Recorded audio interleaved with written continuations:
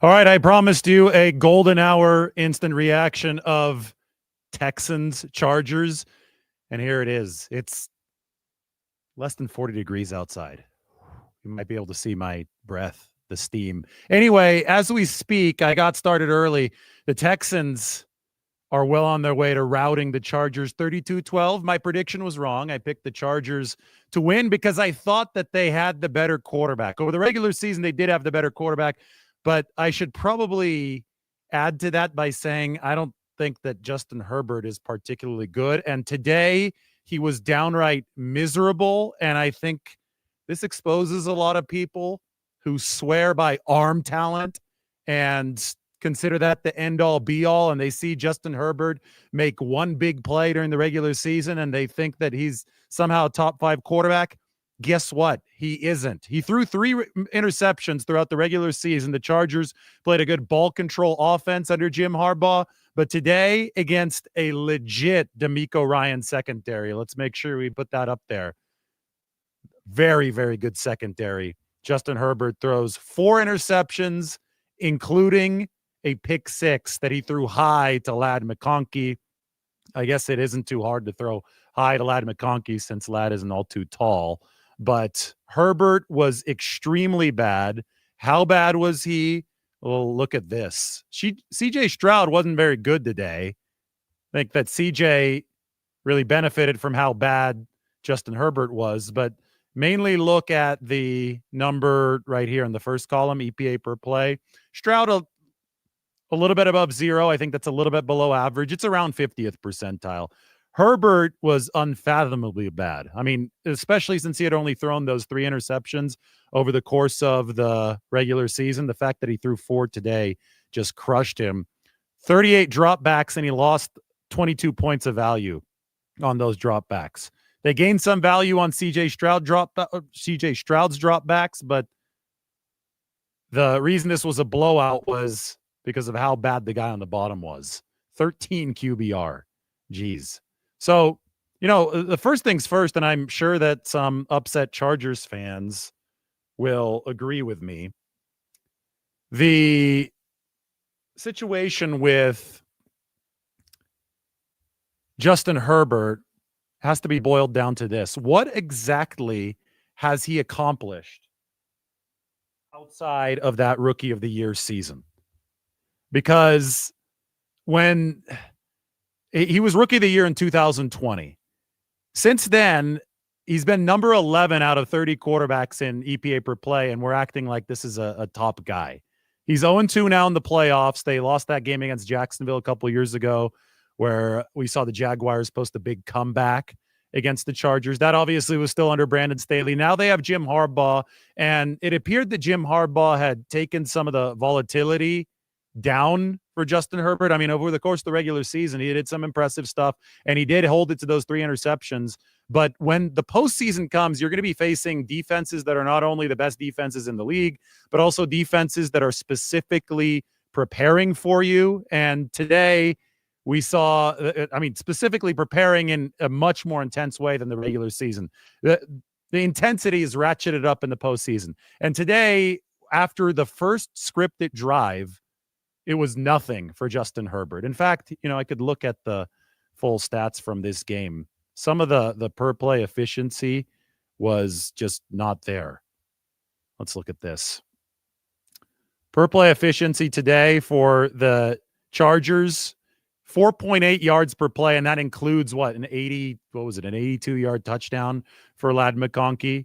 Herbert was 14-32, the rating, 40.9, the QBR of 13. But the yards per pass attempt for Justin Herbert, especially if you take out that touchdown, was 86 yards, but 242 yards on 32 attempts. Let's do the math really quickly. 242 divided by 32, 7.5. That includes, obviously, the long touchdown, just for giggles. 242 minus 86. Let's do 156 yards divided by 31 attempts. 5 yards an attempt. Terrible. So outside of one really explosive play when this game was essentially already sealed, no efficiency whatsoever from Justin Herbert. And, here's the problem, and we see it with quarterback evaluation around the league. there's not enough credit given to the QBs who consistently execute the bread and butter plays. And there's way too much credit given to the occasional physically prolific play. And people assume that physically prolific play is what wins Super Bowls. It rarely wins playoff games. It's the small stuff that wins the playoff games. In the regular season, when the defenses have not ratcheted up the intensity in the way that we've saw today with the Houston Texans and DeMeco Ryans and Stingley and Azeez Al-Shire and all those guys ratcheting up the intensity against the Chargers. Before that happens in the regular season, I think you could see a lot of success. And Herbert hadn't seen all that much success in the regular season. Again, he's been about the number 10, number 11 guy out of the 30 qualifying quarterbacks since his rookie year, since 2020. But after that period of time, you have to bring the bread and butter to the table consistently, and you have to do it in a way that is intentional and in a way that commands the field, because you're not going to get away with not making the bread and butter plays in the postseason. You're not going to have the opportunity to make a ton of those 86-yarders like we saw from Herbert today to McConkey to get you back into it. While I'm at that, right after that play, you guys see Eric Dicker, the kicker, try to knock the ball down. It's like, what are you doing, dude? That's a live football. Instead of trying to catch the ball, he tried to knock it down. So then Houston returned it for the 2-point touchdown, I guess is what they call it. And that was all she wrote in this game. I think it's finally over. I'm taking a peek at the big TV inside. It is 32-12. Texans over the Chargers. So technically, that is an upset. We should talk about DeMeco Ryans. The 49ers fans watching this probably nostalgia on both sidelines, right? You saw a Jim Harbaugh team, and a lot of what the Chargers were able to do this year was reminiscent of the early Jim Harbaugh teams, 2011 49ers. They gave up the fewest points in the NFL this year, the Chargers did. Although it wasn't the best defense, they were able to take the air out of the game. I think a lot of the reason why they gave up the fewest points was because Herbert only threw those 3 interceptions in the regular season. Today, they gave up a whole lot more, though, in large part because he threw 4. But Harbaugh on one side, DeMeco Ryans, former 49ers defensive coordinator, on the other side. And Ryans, before you start saying, hey, the 49ers need to change their scheme, remember that DeMeco Ryans is running something really similar, because that's what he practiced with the 49ers. He's running that with Houston. This is a league that is dictated by talent. And the Texans certainly have a lot of available talent on the defensive side of the ball. After Azeez Al-Shire was suspended for 3 games, he was able to return last week to close the regular season. Now he's back in there. He plays the Fred Warner role for the Texans defense. They also have 2 really good corners. They've got some good safeties as well on this football team. And DeMeco Ryans is a hell of a coordinator. I think anybody who has followed him for a long time knows that he can call plays with the best of them on the defensive side of the ball. He's also a great leader of men. So when he earned that head coaching promotion with the Houston Texans, you knew that he was going to build a good, resilient culture. And I think that today was about resilience for the Houston Texans. They didn't start this game off well offensively. In fact, if I take a look at the first quarter splits in this game, they're going to be downright jarring for the Texans. CJ Stroud, who's had a bad year, I mentioned before the game, he slipped down to number 24 QBR this year after that sensational rookie season, but he's only 23 years old, so you've got to give him a little bit of a break, more of a break than you give Justin Herbert, but it looked like more of the same in that first quarter. And just the way that Houston was able to weather that storm of Stroud not playing well, of the run game not performing early on, and they were able to eventually let their defense take over this game. They knew that Justin Herbert, or they probably sensed that Justin Herbert would make more mistakes than their own guy, CJ Stroud.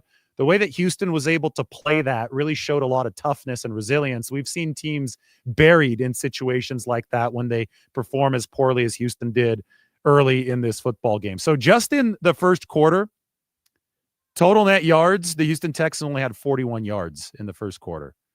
Rushing yards, 3 rushing yards in the first quarter. And then they finished this game with a whole lot more than 3 rushing yards. Let's see here. Offensively, 168 total. So you could see just Houston, yes, the offense has not been great this year, but they eventually grabbed control of the arm wrestling match as the game progressed because they're tough. And I take that back to DeMeco Ryans. Now, speaking of the miserable outing from Justin Herbert, here's some more context from the regular season. The Chargers finished the season 2-6 against the teams with 10 or more wins, with both of those wins coming against the Broncos. So this is a big problem for Jim Harbaugh. And Mike was joking to the Chargers make a move for J.J. McCarthy this offseason. But the Chargers are in the AFC West. Both of their wins against double-digit win teams came against the Broncos, who had a rookie quarterback in Bo Nix. So Herbert, out of the winning teams that he faced up against, was only able to get it done against a team that had a rookie quarterback. And that rookie quarterback in Bo Nix, not going to be a rookie anymore beyond this season. You could expect him to only get better. I would say that Herbert, this is the prime version that we're seeing of Justin Herbert. He's been in the league since 2020. It's now the calendar year 2025. And again, he's stayed middling as far as efficiency goes. He's 0-2 now in postseason games. How is LA reasonably going to expect to take the next step, especially since the defense was a unit that they salvaged by keeping Joey Bosa, by keeping Khalil Mack. The defense was obviously really good this year, lowest points given up in the entire NFL. But how can they expect to take the next step building around a quarterback who they've already paid a whole heck of a lot of money when the only 2 wins for them this season against teams that were actually legit playoff teams, 10 or more wins, came against a rookie QB team? That's a problem for the Chargers, and I think that it was really laid bare in this game today. Listen to this about C.J. Stroud. Why don't we talk about C.J. a little bit? So C.J. had a rough season for the Houston Texans. Again, number 24 in QBR, really dipped down into the bottom reaches of the league. I mean, there were some ugly games for him, but he won that playoff game last season against the Cleveland Browns, where he absolutely lit it up as a rookie. And C.J. Stroud now has more playoff wins than Kirk Cousins, Trevor Lawrence, Jordan Love, and the Houston Texans' own, or formerly own, Deshaun Watson. He's got the same amount of playoff wins as Dak Prescott and Lamar Jackson. And Lamar is about to start right now. It's a 5 p.m. game. I'm actually going to get it up here on Prime Video on my phone so I can watch this and then sign off from here at the appropriate time. But anyway, we're doing these reactions to all the NFL playoff games. Some of them will happen here, or we could do sunset. Behind me, and you can't really see it too much in the haze, but I'm pointing at it, is Mount Whitney. It's 66 miles away from here. That is the highest peak in the contiguous 48 states, 14,494 feet. So this is 494 feet. This is the Sierra Nevada mountain range behind me. And I figured we'd do one of these shows outside because the sunlight's too harsh during the day, even though I have a ring light. But right now it's sunset. It's the perfect time to do it. And I'm not covering any playoff football in person this year, so I get the playoff weather instead. I don't know if you could see my breath, but it is cold enough for that to happen. It's like 37, 38 degrees up here, but nothing compared. I'm much warmer right now than when I'm swimming in the San Francisco Bay. Stroud, impressive today. Final stats for him. 22 of 32, 282 yards, a 91 rating. I mean, exactly what you'd want. Manage the game while the other guy implodes. Justin Herbert imploded. 4 picks. C.J. Stroud didn't. I know he threw a couple really dangerous passes throughout the course of this game. Then he almost had that intentional grounding. He was really close to being inside the pocket, but I guess he barely got out of the pocket. So I mean, it wasn't perfect by any stretch, but given the fact that this is a guy who put up a number 24 QBR season, I mean, CJ was not good over the regular season. That's really, really promising for the Houston Texans to see their 23-year-old QB save his best game managing for the postseason, bounce back from what had been a really tough year offensively, to give that to the Texans. The way that this defense is playing, they can make some noise moving into the next round of the playoffs. 32-12 win. Let's take a look at team tiers. This is going to set up this next game, which is going to be kicking off here in a few moments. So you saw the Texans, who are right here, beat the Chargers, who are right here. So ironically, the team with the better offense, that's why the LA Chargers are further to the right on this XY chart. The team with the better offense is the team that had the much worse offense today. And that's because the quarterback of the team with the worst offense in the regular season thoroughly outplayed the quarterback, Justin Herbert, of the team with the better offense in the regular season. So we saw the script flip. We saw Justin Herbert slide big time. There's got to be major questions within the Chargers organization now, I think, about him, just because, again, he hasn't been a world beater in the regular season either, but he's got to give them more than he did today in the postseason. But you see the Texans start to deliver the offensive form that they had under C.J. Stroud last season. And that defense, boy, they really lived up to where that defense ranks here in the top 5 or 6 of the NFL. I think if Houston delivers these kinds of offensive performances moving forward, their team in the top right. This was a top right performance for the Houston Texans. This was a top left performance for the Chargers. I don't think the defense was terrible for the Chargers, but they sure got exposed after their offense failed them throughout this game. So Houston's got a chance to beat anybody moving forward, but it's going to be tough because next week they play a rested opponent, and it will be on the road. This next game, I don't think it projects to be very close. You look at where the Ravens are, and then, you look at where the Steelers are, and these offenses have been worlds apart.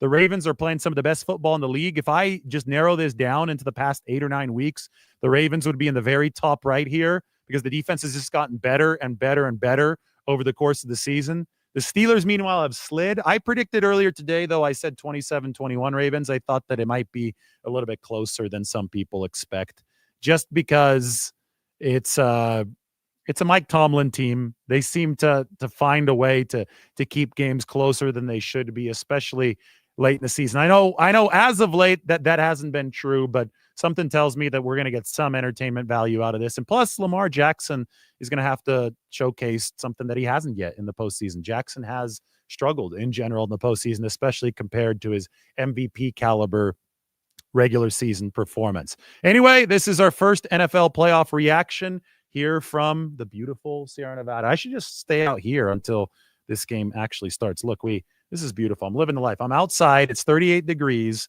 We've got some commercials on right now, but I've got the game coming up on Prime on my phone. We have the tallest mountain in the 48 states somewhere behind me. I can actually see it. I know you can't. There's some haze with the sunset. It's getting darker, but the ring light is keeping us in business. And I'm going to take you all the way through kickoff here of the Ravens and the Steelers. It's going to be fun. Justin Herbert, miserable today. 13 QBR on this game. And I have to ask the hard question to the Chargers fans. What has he accomplished since his Rookie of the Year season? I mean, the numbers have not been great for Justin Herbert. They've been okay since then. Number 11, I'll tell you, out of 30 qualifying quarterbacks with at least 1,200 dropbacks since the start of the 2020 season, Justin Herbert is ranked 11th. That's the cold, hard truth. And today he ranked a lot worse than 11th. That was a terrible, terrible performance. DeMeco Ryans, well, he's been worth his weight in gold so far as both a defensive coordinator and a head coach. And C.J. Stroud, well, I'm rooting for him. Anytime you see a really young quarterback and they start off as good as C.J. Stroud started off last year, you think maybe we have a superstar on our hands. And then it slipped down to number 24 QBR this year. And you're like, oh, well, we'll see. He's 23 years old. That was impressive. He looked like the much more mature quarterback in this game. And that is why we saw the Texans win 32-12. All right, the game has started. Here we go. This is Steelers and the Ravens. It is underway right in front of Mount Whitney on the other side of the country. So I'm going to go watch. We'll reconvene after the game. It's down to 37 degrees, so I don't think I'm going to be outside after this game. I think we're going to move the show back inside. But pizza's grilling. I got to get all that ready for everybody as we watch this next one. Everybody take care.